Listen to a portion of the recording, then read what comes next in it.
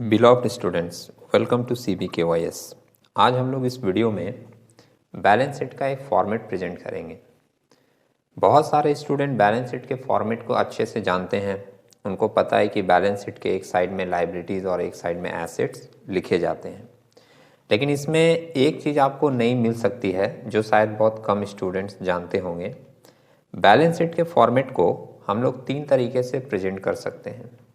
मैं sole proprietorship और partnership की बैलेंस शीट की बात कर रहा हूँ। 3 मेथड से बैलेंस शीट का प्रेजेंटेशन दिया जा सकता है। आप देखेंगे इसमें फर्स्ट वाला मेथड जिसमें मेंशन किया है परमानेंसी प्रेफरेंस मेथड।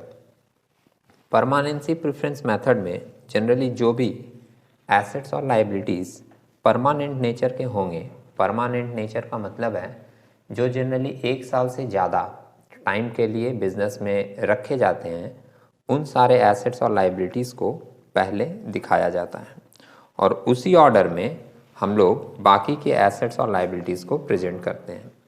जैसे आप देखोगे, अगर इस फॉर्मेट की डिस्कशन हम लोग देखें और इसमें मेंशन भी किया है, आप देख सकते हैं permanency preference method. Under this method the assets and liabilities which are more permanent come first and less permanent ones come next. The pro forma of such a balance sheet is given below. Balance sheet of, यहाँ पर आपको उस business का नाम लिखना है। Balance sheet of X, मान लीजिए mister X, and as at, यहाँ पे आपको डेट मेंशन करना है जिस डेट में आप बैलेंस शीट बना रहे हो। लाइबिलिटीज़ है अमाउंट और एसेट्स का अमाउंट दिया है। आप देखिए परमानेंसी के हिसाब से लाइबिलिटीज़ को अगर हम लोग देखें तो जो बिजनेस का ओनर है उसका कैपिटल ही लंबे समय तक रखा रहता है। बाकी की एसेट्स थोड़ी बहुत चेंजेस होती रहती है, तो इसलिए सबसे पहले सबसे ज़्यादा परमानेंट कौन है? कैपिटल। तो कैपिटल का प्रेजेंटेशन दिया और कैपिटल के साथ कुछ एडजस्टमेंट भी हैं, वो एडजस्टमेंट दिखा रहा है। जैसे पहले आपको लिखना है कैपिटल का ओपनिंग बैलेंस, उसमें ऐड करते हैं हम लोग फर्दर कैपिटल या एडिशनल कैपिटल, ऐड करते हैं इंटरेस्ट ऑन कैपिटल, ऐड करते हैं अदर अप्रोप्रिएशन, ऐड करते हैं नेट प्रॉफिट। अदर अप्रोप्रिएशन का मतलब है, मान लीजिए प्रॉफिट का या कैपिटल में कुछ अदर्स पार्ट प्रॉफिट का ट्रांसफ़र किया गया, वो हम लोग अप्रोप्रिएशन बोलकर दिखा देते हैं। ऐड किए हैं नेट प्रॉफिट। इसके बाद लेस है, कैपिटल से कुछ चीज़ें कटती हैं, नेट लॉस, ड्राइंग्स अगर आपने निकाला है कैपिटल से पैसा तो। इसके बाद इंटरेस्ट ऑन ड्राइंग। ये सारा लेस करके जो नेट फिगर है वो बाहर दिखा दिया गया है अमाउंट के कॉलम में। इसके बाद और परमानेंट नेचर का हो सकता है आपका कैपिटल रिजर्व, फिर जनरल रिजर्व। इसके बाद लॉन्ग टर्म लाइबिलिटीज़, जैसे आपने मोर्टगेज लोन लिया है या सिक्योर्ड लोन लिया है। मोर्टगेज लोन या सिक्योर्ड लोन इंडिकेट करता है कि आपने किसी चीज़ को कोलेटरल सिक्योरिटीज़ के रूप में रख कर किसी से लोन ली है, किसी चीज़ को बंधक रखकर आपने कोई लोन ली है, तो वो भी परमानेंट नेचर का है। इसके बाद हम लोग आते हैं शॉर्ट टर्म लाइबिलिटीज़ या करेंट लाइबिलिटीज़ में। शॉर्ट टर्म लाइबिलिटीज़ में आप देख रहे हो शॉर्ट टर्म लोन है, सनरी क्रेडिटर्स है, bills payable, bank overdraft, outstanding expenses और इनकम रिसीव्ड इन एडवांस। ये वर्ड आप जानते हैं कि अगर खर्चे आपके बाकी हैं, आउटस्टैंडिंग है, तो वो आपका लाइबिलिटी में आएगा, और अगर इनकम आपने पहले ले रखा है रिसीव्ड इन एडवांस, तो वो भी आपका लाइबिलिटीज़ हो जाता है। एसेट साइड में देखें, सेम कॉन्सेप्ट के ऊपर जो ज़्यादा परमानेंट है वो पहले दिखाया जाएगा और जो लेस परमानेंट है वो बाद में आएगा। तो हेडिंग देकर लिखा है सबसे पहले फिक्स एसेट। फिक्स एसेट्स में इंटेंजिबल फिक्स एसेट है। इंटेंजिबल फिक्स एसेट्स के अंदर आता है गुडविल, ट्रेडमार्क, पेटेंट राइट्स और कॉपीराइट्स। ये सारे के बाद लिखा है टेंजिबल फिक्स एसेट। इसमें वो सारे एसेट जिनको आप देख सकते हो, टच कर सकते हो, वो सारे एसेट्स आ रहे हैं आपके टेंजिबल फिक्स एसेट्स के अंदर, जैसे land and building, plant and machinery, furniture and fixture, motor vehicles और इंस्ट्रूमेंट एंड एपरेटस। इसके बाद इन्वेस्टमेंट एंड लोन है, ये भी परमानेंट नेचर का होता है, 1 साल से ज़्यादा के लिए बिजनेस में रखा जाता है। Government securities, fix deposit, marketable securities other investment और लोन गिवन, अगर आपने किसी को लोन दिया है तो ये आपके एसेट साइड में चला आएगा। इसके बाद हम लोग लेते हैं करेंट एसेट्स, जैसे stock of raw material, stock of work in progress. हम लोग जनरली क्लोजिंग स्टॉक के नाम से दिखाते हैं बैलेंस शीट में इन सारी चीज़ों को। उसके बाद स्टॉक ऑफ फिनिश गुड्स है। फिर एक्रूड इनकम है। एक्रूड इनकम का मतलब है अगर आपका इनकम बाकी है किसी से लेना तो वो भी आपका एसेट्स होता है और वो करंट एसेट्स के अंदर दिखाया जाता है। फिर प्रीपेड एक्सपेंसेस, आपने खर्च पहले दे दी तो वो भी आपका एसेट बन गया। Sundry debtors, bills receivable, cash in hand, cash at bank, पेटी कैश का बैलेंस, ये सारी चीज़ें हम लोग दिखा देते हैं करंट एसेट्स के अंदर। फिर फिक्टिशियस एसेट में लिखते हैं preliminary expenses, deferred revenue expenditure, ये दो चीज़ें आती हैं फिक्टिशियस एसेट्स के अंदर। फिक्टिशियस एसेट्स वो एसेट्स होते हैं जिनका कोई मार्केट वैल्यू नहीं होता, but there existence fails in terms of asset and that's why it is shown under assets category.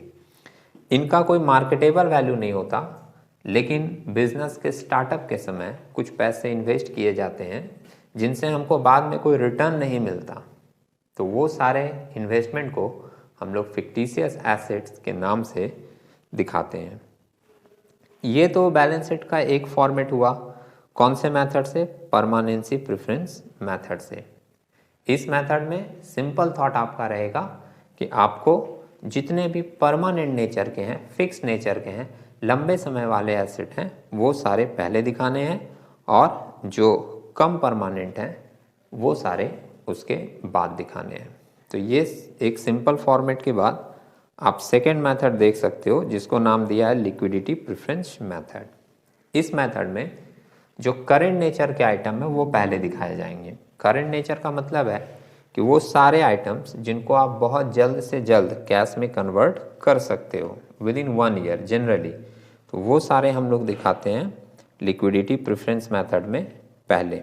आप देख सकते हो इसके अंदर मेंशन भी किया है liquidity preference method. This method is just reverse of permanency method. Under this method, the assets which can be easily converted into cash come first, and liabilities which are to be paid immediately or in the near future come first, and then liabilities those which are to be paid after a long time come next. The pro forma of such a balance sheet is given below. अब इसमें आप देखिएगा ये चीज़ें reverse way में आपको जाती हुई दिखेंगी। ये देखिए यहाँ से आपको फॉर्मेट दिखेगा। बैलेंस शीट ऑफ उस बिजनेस का नाम लिखना है, एज एट आप समझ गए हो वो डेट जिसमें आप बैलेंस शीट बना रहे हो।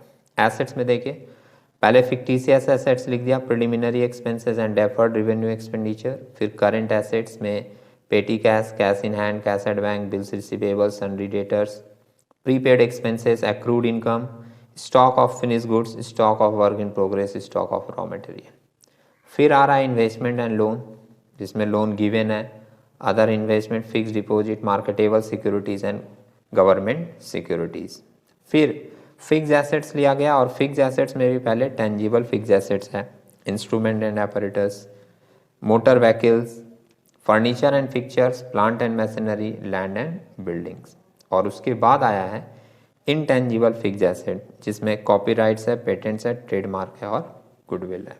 और सेम आपको दिखेगा लाइबिलिटीज़ में भी शॉर्ट टर्म पहले दिखाया जिसको आप जल्दी पेमेंट कर सकते हैं, और लॉन्ग टर्म वाला सारा लाइबिलिटीज़ बाद में आया है। जो आप देख रहे हैं यहाँ पे income received in advance, outstanding expenses, bank overdraft, bills payable, sundry creditors, short term loan. फिर लॉन्ग टर्म लाइबिलिटीज़ दिखाया जैसे मोर्टगेज लोन या सिक्योर्ड लोन। फिर ओनर्स इक्विटी में आ रहा है आपका जनरल रिजर्व, कैपिटल रिजर्व या कोई और रिजर्व हुआ तो, और सबसे लास्ट में दिखाया जा रहा है कैपिटल। कैपिटल का बैलेंस भी उसी तरीके से है, एडजस्टमेंट भी सारी की सारी सेम है। ओपनिंग बैलेंस ऐड किया है further capital, add interest on capital, add other appropriation, add net profit, और लेस में less net loss, less drawings और लेस इंटरेस्ट ऑन ड्राइंग्स। इसमें एक आइटम और जनरली कभी कभी सम्स में मिल जाता है, वो आप लोग ध्यान रखेंगे इनकम टैक्स, अगर इनकम टैक्स आपको दिखेगा तो वो भी आप कैपिटल से क्या करोगे, लेस करोगे, इनकम टैक्स।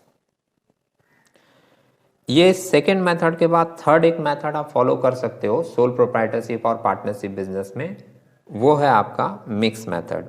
मिक्स मेथड के अंदर क्या है, बस फर्स्ट और सेकंड वाला अगर आप समझ गए हो तो उन दोनों की मिक्स चीज़ें इसमें आपको देखने को मिलेंगी। किस तरीके से आप देख सकते हैं, मिक्स मेथड में लिखा है under this method the assets are shown according to permanency preference method. मतलब एसेट्स आपको सारा शो करना है परमानेंट बेसिस पे, लॉन्ग टर्म बेसिस पे, फिक्स बेसिस पे, and the liabilities are shown according to liquidity preference method. और liabilities आपको शो करना है उस तरीके से जिसमें आप जिन लाइबिलिटीज का पेमेंट पहले करोगे वो आपका पहले लिखा जाएगा। The format of such a balance sheet is given below. देख रहे हैं आप बैलेंस शीट का फॉर्मेट। पहले एसेट्स देख लें। एसेट्स में देखिए फिक्स एसेट्स, इंटेंजिबल एसेट्स पहले दिखाया है आपका, गुडविल, ट्रेडमार्क, पेटेंट। और लाइबिलिटी साइड अगर आप देखो तो जो आपका करेंट नेचर का है वो पहले दिखाया है सेकेंड मेथड से।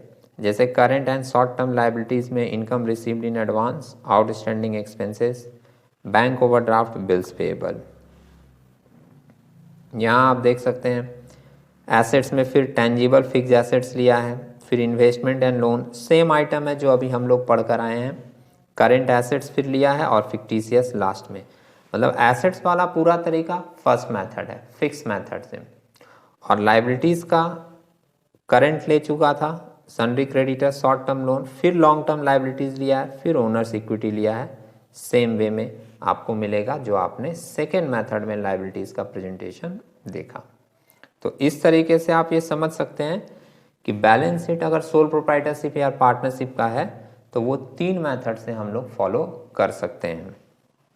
नीचे देखिए एक नोट बनाकर भी दिया है, it can be mention in this regard that in the absence of any direction students may follow any method in case of sole proprietorship business and partnership business.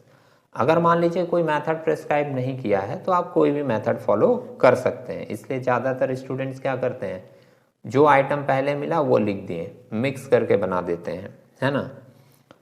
फिर इसमें मेंशन किया but in case of joint stock company the permanency preference method is followed. लेकिन joint stock company में permanency preference method ही follow होता है। ये बात इस बुक में लिखी है लेकिन आप इसमें ध्यान नहीं देंगे क्योंकि जॉइंट स्टॉक कंपनी में इस तरीके का कोई भी बैलेंस शीट बनता नहीं है। जॉइंट स्टॉक कंपनी का अपना एक फॉर्मेट है और उसी फॉर्मेट को लेकर हम लोग बनाते हैं। हाँ, आप ये बोल सकते हैं कि उसमें जनरली परमानेंसी प्रेफरेंस मेथड का सिस्टम थोड़ा सा देखने को मिलता है, झलक मिलती है, लेकिन आप ये नहीं बोल सकते कि पूरा का पूरा परमानेंसी मेथड ही फॉलो होता है।